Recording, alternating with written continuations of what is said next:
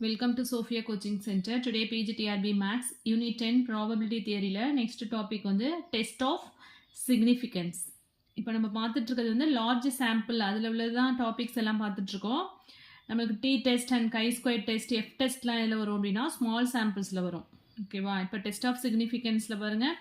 First one வந்து the deviation between the observed sample statistic and the hypothetical parameter value is significant. பேராமீட்டருங்கிறது என்ன அப்படின்னா அது வந்து எதோட ஸ்டாட்டிஸ்டிக்கல் வேல்யூ, பாப்புலேஷனோட, அண்ட் ஸ்டாட்டிஸ்டிக் அப்படிங்கிறது சாம்பிளோட ஸ்டாட்டிஸ்டிக் வேல்யூ. இது ரெண்டுக்கும் எவ்வளோ டீவியேஷன் இருக்கு அது ஒரு test. And then the deviation between two independent sample statistic is significant. Two independent sample ஸ்டாட்டிஸ்டிக்ஸில் எவ்வளோ டீவியேஷன் இருக்கு அப்படின்னு டெஸ்ட் வந்து இருக்கு அப்படின்னு சொல்கிறாங்க. அண்ட் தென் நல் ஹைப்போதசிஸ் அப்படிங்கிறது என்ன அப்படின்னா hypothesis of no difference. So இது வந்து சம் போடும்போது உங்களுக்கு நல்லா கிளியராக அண்டர்ஸ்டாண்ட் ஆகும். அதாவது நல் ஹைப்போதசிஸ் அப்படிங்கிறது ஃபர்ஸ்ட் ஒன்று வந்து நம்ம செட் பண்ணுவோம். நல் ஹைப்போதசிஸ் அதில் வந்து நம்மளுக்கு என்ன இருக்கும் அப்படின்னா H0. நல் ஹைப்போதசிஸ் வந்து H0 அப்படின்னு மென்ஷன் பண்ணுறோம்.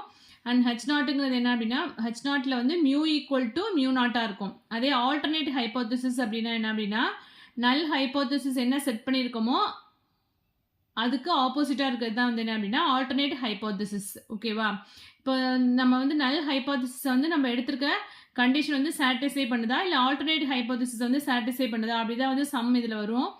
ஸோ H1 அப்படிங்கிறது என்ன அப்படின்னா H1ல வந்து நமக்கு கண்டிஷன் மியூ வந்து not equal to mu naught. ஓகேவா? ஸோ இதை கூட கொஸ்டினாக கேட்கலாம். நல் ஹைப்போதசிஸில் mu equal to mu naught and alternate ஹைப்போதசிஸில் வந்து என்ன அப்படின்னா மியூ வந்து not equal to mu naught. இது வந்து H1 அப்படின்னு மென்ஷன் பண்ணுறோம். இது வந்து H0. Mu naught equal to mu நாட்னா என்ன? மியூ வந்து கிரேட்டர் தென் மியூ நாட்டாக இருக்கலாம், ஆர் மியூ வந்து என்ன லெஸ் தென் மியூ நாட்டாக இருக்கலாம். மியூ வந்து கிரேட்டர் தென் மியூ நாட்டாக இருந்தது அப்படின்னா ஆல்டர்னேட் ஹைப்போதசிஸில் மியூவோட வேல்யூ கிரேட்டர் தென் மியூ நாட்டாக இருந்ததுன்னா அது வந்து என்ன ரைட் டைல்டு அப்படின்னு சொல்கிறோம். ரைட் டைல்டு டெஸ்ட் அப்படின்னு சொல்லுவோம். அதே மியூ லெஸ் தென் மியூ நாட்டாக இருந்ததுன்னா அது வந்து என்ன சொல்கிறோம் அப்படின்னா லெஃப்ட் டைல்டு டெஸ்ட் அப்படின்னு சொல்லுவோம். ஓகேவா? அந்த கண்டிஷன்ஸ்லாம் நல்லா பார்த்துக்கோங்க. ஸோ ஆல்ரெடி வந்து நம்ம என்ன பார்த்துருக்கோம், சாம்பிளிங் அப்படின்னா என்ன அப்படின்னு பார்த்துட்டோம் ஆல்ரெடி லாஸ்ட் வீடியோவில். ஸோ எரர்ஸ் இன் சாம்பிளிங் என்னென்ன எரர்ஸ்லாம் வரதுக்கு சான்சஸ் இருக்குது. ஃபர்ஸ்ட் வந்து அப்படின்னா டைப் 1 எரர். இது வந்து நம்ம rejection of H0 when it is true. H0னா என்ன அப்படின்னா நல் ஹைப்போதசிஸ் பார்த்தோம் இல்லையா, அது வந்து நம்ம என்ன rejection of H0 when it is true பண்ணிட்டோம். ட்ரூவை வந்து எப்போதுமே அக்செப்ட் தான் பண்ணணும், பட் ரிஜெக்ட் பண்ணிட்டோம் அப்படின்னா அது வந்து என்ன அது ஒரு எரர் தான். ஸோ ரிஜெக்ஷன் ஆஃப் ட்ரூவாக இருக்க ஒரு இதை வந்து நம்ம ரிஜெக்ட் பண்ணுறோம் அப்படின்னா அதுதான் வந்து டைப் 1 எரர் அப்படின்னு சொல்கிறோம். இது வந்து என்ன அப்படின்னா PGTRB 12-13ல கேட்ட question. And then type 2 error அப்படிங்கிறது accept H0 when it is wrong.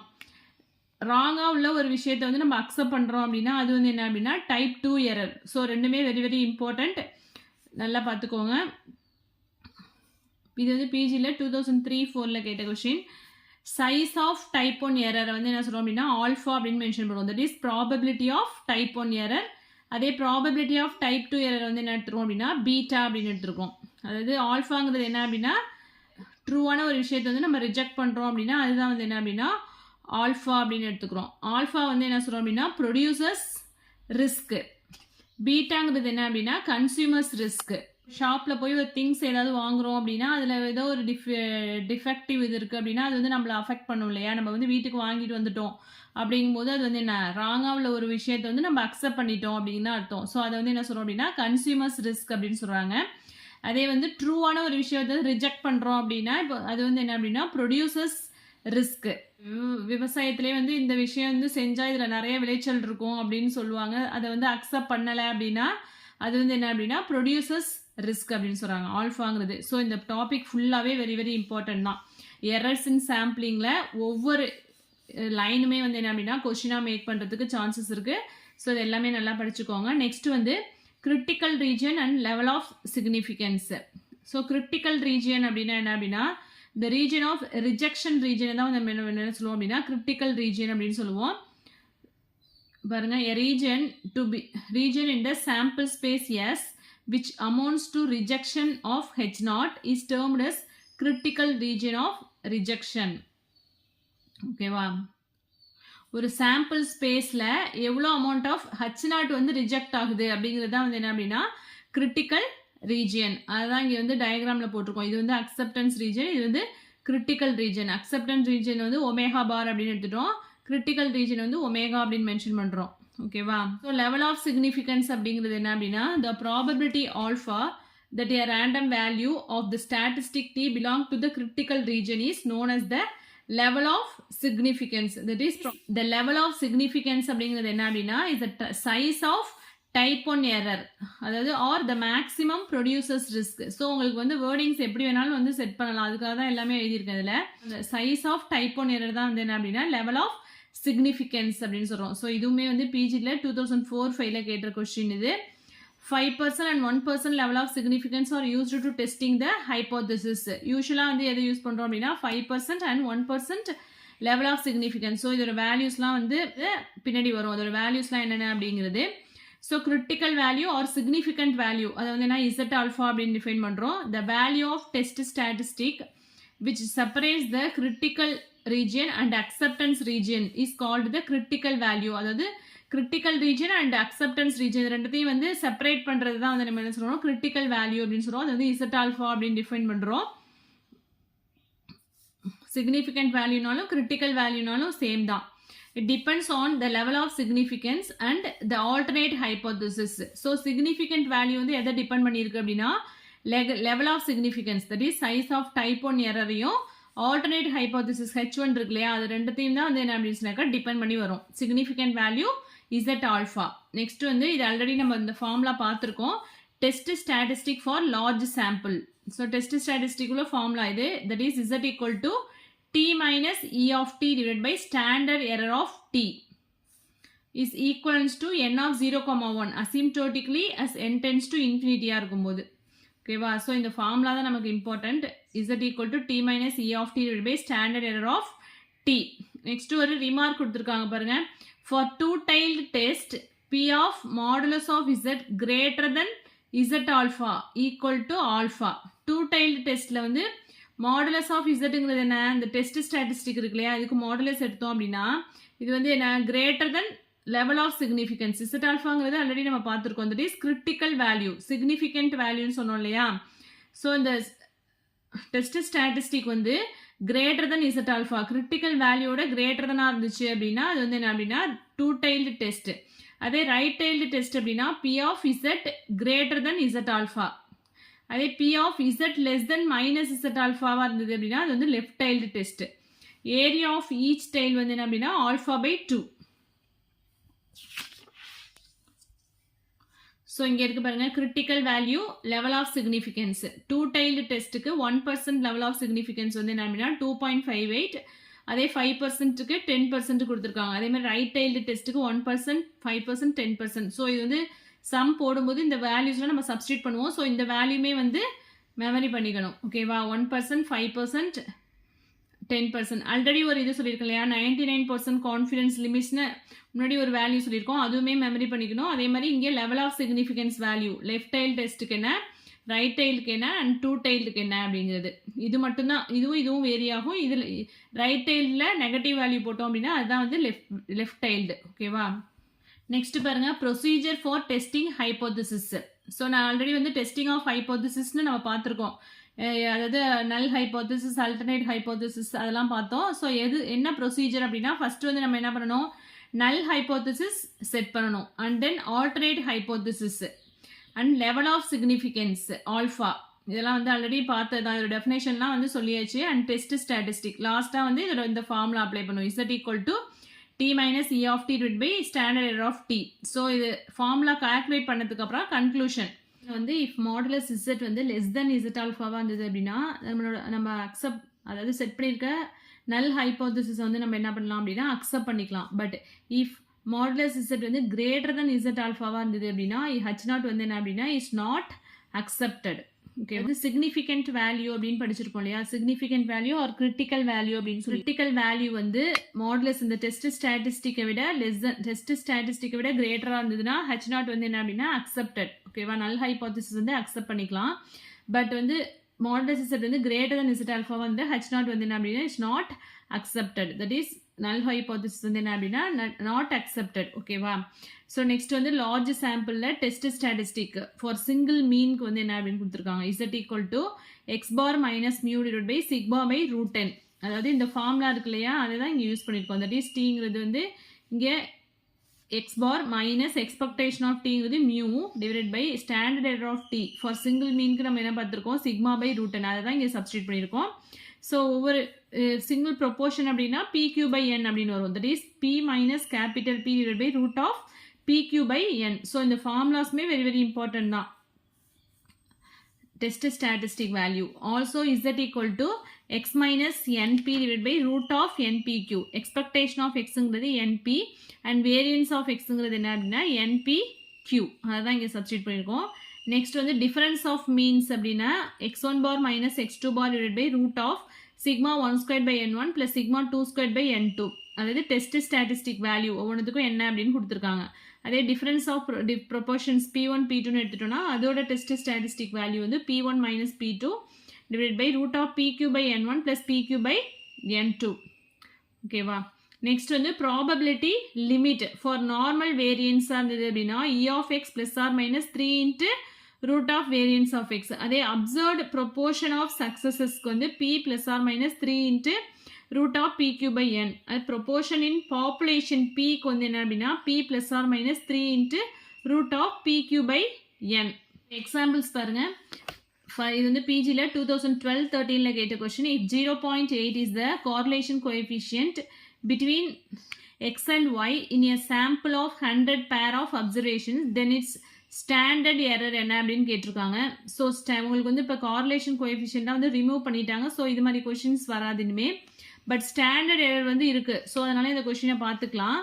Standard எரருக்கு வந்து என்ன ஃபார்முலா அப்படின்னா 1 minus r squared by root n. That is 1 minus r வந்து வேல்யூ என்ன கொடுத்துருக்காங்க, ஆறுங்கிறது என்ன அப்படின்னா correlation coefficient. That is 0.8 the whole square divided by n வந்து என்ன அப்படின்னா 100 பேர் ஆஃப் அப்சர்வேஷன்ஸ் தான் கொடுத்துருக்காங்க. So root 100. ஸோ அப்படியே சப்ஸ்டியூட் பண்ணி சிம்பிளிஃபை பண்ணால் அதில் டேரெக்டாக ஆன்சர் வந்துடும். Standard error equal to 0.036. Next question பாருங்க. இது வந்து பிஜி பாலிடெக்னிக் டிஆர்பியில் 2006-07 கேட்ட question. If n equal to 100, x bar equal to 50 and sigma equal to 2, then 95% confidence interval for the population mean mu is என்ன அப்படின்னு கேட்டிருக்காங்க.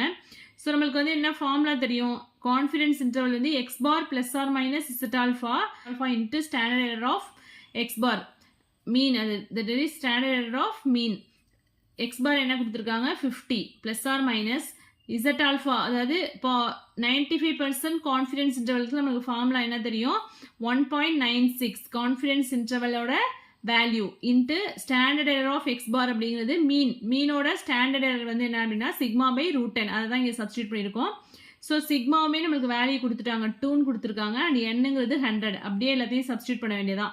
50 plus or minus 1.96 into சிக்மாவுக்கு பதிலாக 2 divided by root 100.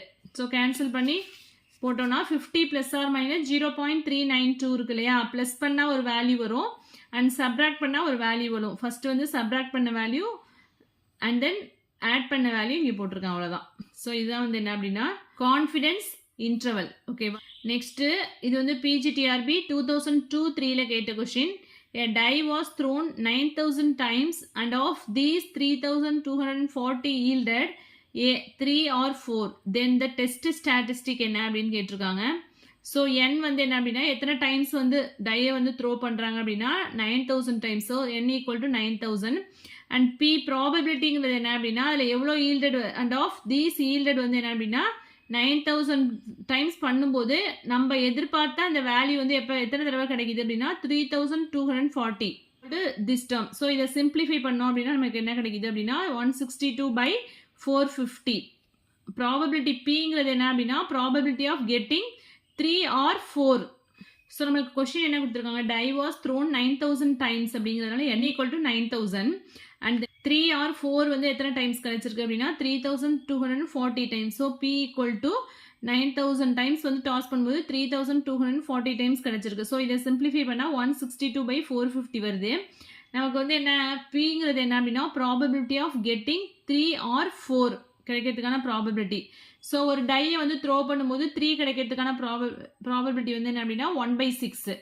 1 2 3 4 5 6 இருக்கும் இல்லையா ஒரு டைஸில், அதில் 3 விழுறதுக்கான ப்ராபபிலிட்டிங்கும் போதுன்னா 1/6 அண்ட் தென் 4 விழுறதுக்கான ப்ராபபிலிட்டி என்ன 1/6. So அப்போ என்ன பண்ணுவோம், ஆட் பண்ணுவோம். 3 or 4 அப்படிங்கும்போது நம்ம என்ன பண்ணணும், ஆட் பண்ணணும். அண்ட் அப்படின்னு சொன்னால் தான் வந்து மல்டிப்ளை பண்ணணும். 1/6 + 1/6 we can get 1/3. அப்போ பியோட வேல்யூ வந்து நமக்கு என்ன கிடைச்சிருக்கு, 1/3. அப்போ கியூங்கிறது என்ன, p + q = 1. ப்ராபபிலிட்டியை பொறுத்த வரைக்கும் வந்து நமக்கு என்ன தெரியும், p + q = 1. அப்போ q = 1 - p. அதுதான் இங்கே அப்ளை பண்ணியிருக்கோம். q = 1 - p யோட வேல்யூ 1/3. ஸோ அதை சப்ஸ்டியூட் பண்ணால் 2/3 கிடச்சிருக்கு.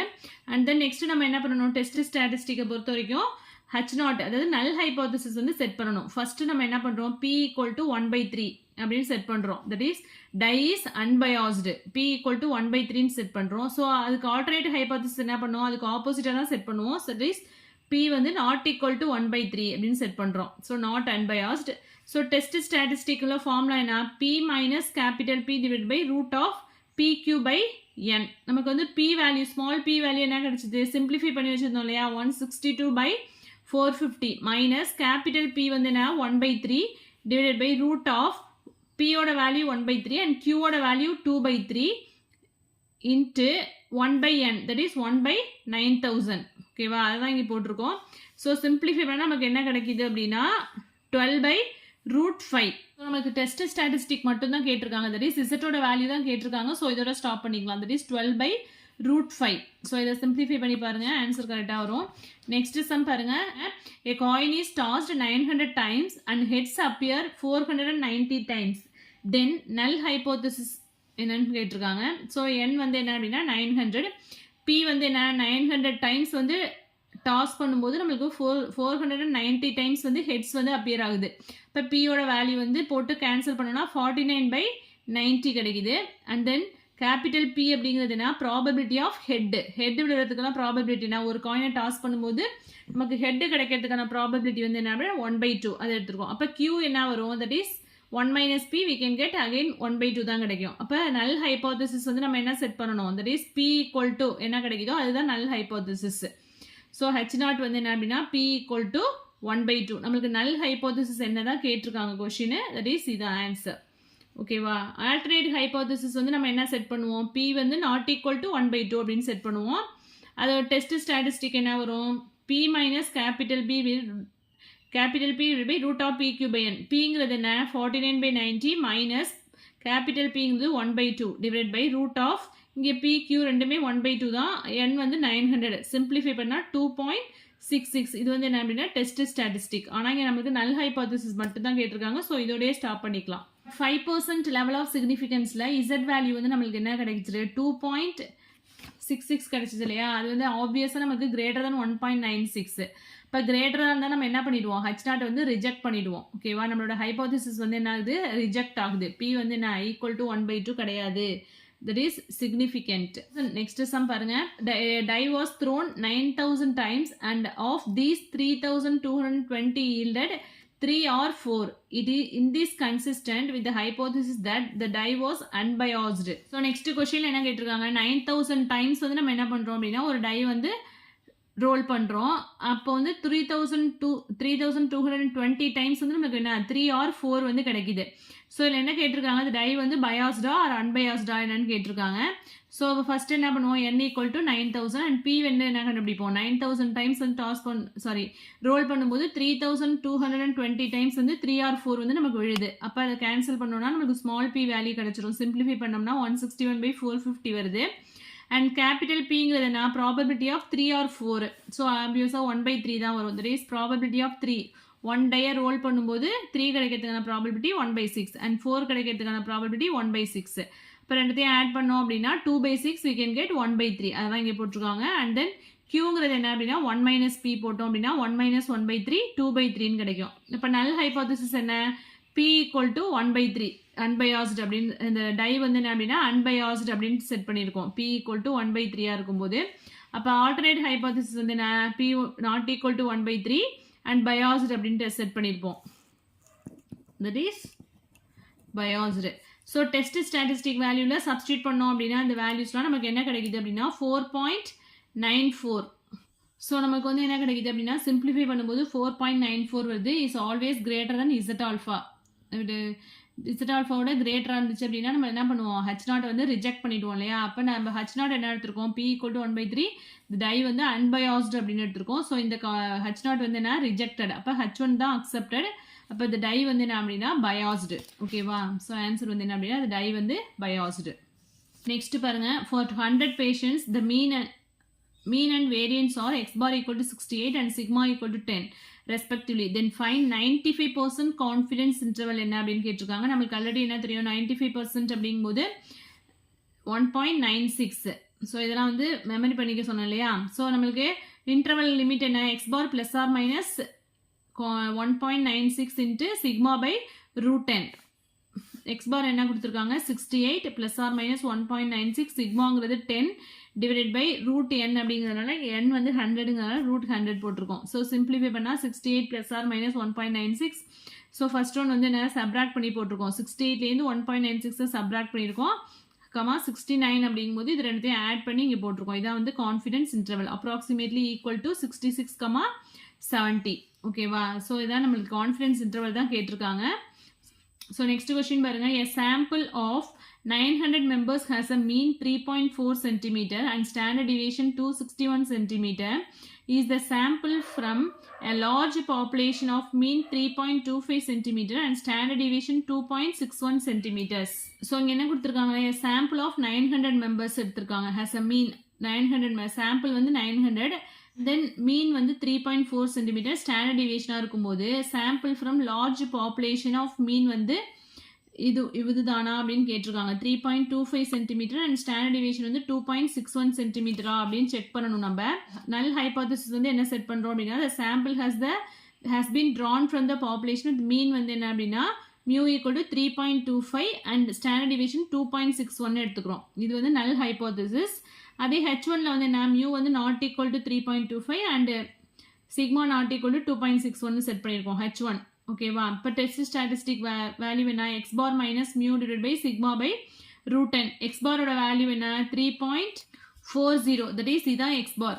ஓகேவா. Mean X bar minus mu, இங்கே மியூங்கிறது என்ன அப்படின்னா இங்கே கொடுத்துருக்க மீன், இந்த மீ 3.25 பை சிக்மாங்கிறது 2.61 டிவைட் பை √900, என்னங்கிறது வந்து 900. ஸோ சிம்பிளிஃபை பண்ணோம் அப்படின்னா 1.73 வருது. ஸோ இது வந்து என்ன அப்படின்னா லெஸ் தென் 9.6, 1.96. அதை டெஸ்ட் ஸ்டாட்டிஸ்டிக்கோட வேல்யூ வந்து நம்மளுக்கு இசட் ஆல்ஃபாவோட லெஸ் தெனாக இருந்தது அப்படின்னா H0 வந்து நம்ம என்ன பண்ணுவோம், அக்செப்ட் பண்ணிக்குவோம். அப்போ இந்த வேல்யூ வந்து கரெக்ட் தான், mu equal to 3.25 and standard deviation sigma equal to 2.61 அப்படின்னு தான் செக் பண்ண சொல்லியிருந்தாங்க. ஸோ H0 வந்து என்ன அப்படின்னா அக்செப்டட் இஸ் 5% லெவல் ஆஃப் சிக்னிஃபிகன்ஸில். ஓகேவா. ஸோ அதை தான் இங்கே செக் பண்ணியிருக்கோம். ஸோ நெக்ஸ்ட் கொஸ்டின் பாருங்க, the means of two simple large samples of 1000 and 2000 members are 67.5 inches and 68 inches respectively. Can the samples be regarded as drawn from the same population of standard deviation of 2.5 inches, that is 5% level of significance. So நம்ம வந்து first என்ன check பண்ணணும் அப்படின்னா samples drawn from the same population அப்படிங்கிறத check பண்ண சொல்லியிருக்காங்க. So அதை தான் வந்து நம்ம என்ன null hypothesis செட் பண்ணுறோம். தட் இஸ் H0 வந்து என்ன அப்படின்னா mu1 equal to mu2 and H1 என்ன பண்ணுவோம், அதுக்கு ஆல்டர்னேட்டாக தான் செட் பண்ணுவோம். mu1 வந்து not equal to mu2. As usual test statistic அதே 2 பாப்புலேஷன் அப்படிங்கும்போது நம்மளுக்கு எப்படி வந்துடும், ஃபார்முலா வந்து டிஃபரன்ஸ் ஆஃப் பாப்புலேஷன் அப்படிங்கிறதுக்கான ஃபார்முலா நமக்கு தெரியும். x1 bar minus x2 bar divided by √sigma1² by n1 plus sigma2² by n2. So இங்கே கொடுத்துருக்காங்க இல்லையா, x1 bar ஃபர்ஸ்ட் என்ன கொடுத்துருக்காங்க, இதுதான் வந்து x1 bar 67.5 minus 68 divided by இங்கே நெக்ஸ்ட் கொடுத்துருக்கிறது வந்து 2.5 divided by 1000 ப்ளஸ் சப்ஸ்டியூட் பண்ணி சிம்பிளிஃபை பண்ணோம் அப்படின்னா நம்மளுக்கு என்ன வருது, மைனஸ் 5.164 வருது. இது வந்து என்ன அப்படின்னா இந்த டெஸ்ட் ஸ்டாட்டிஸ்டிக் வேல்யூ வந்து கிரேட்டர் தென்.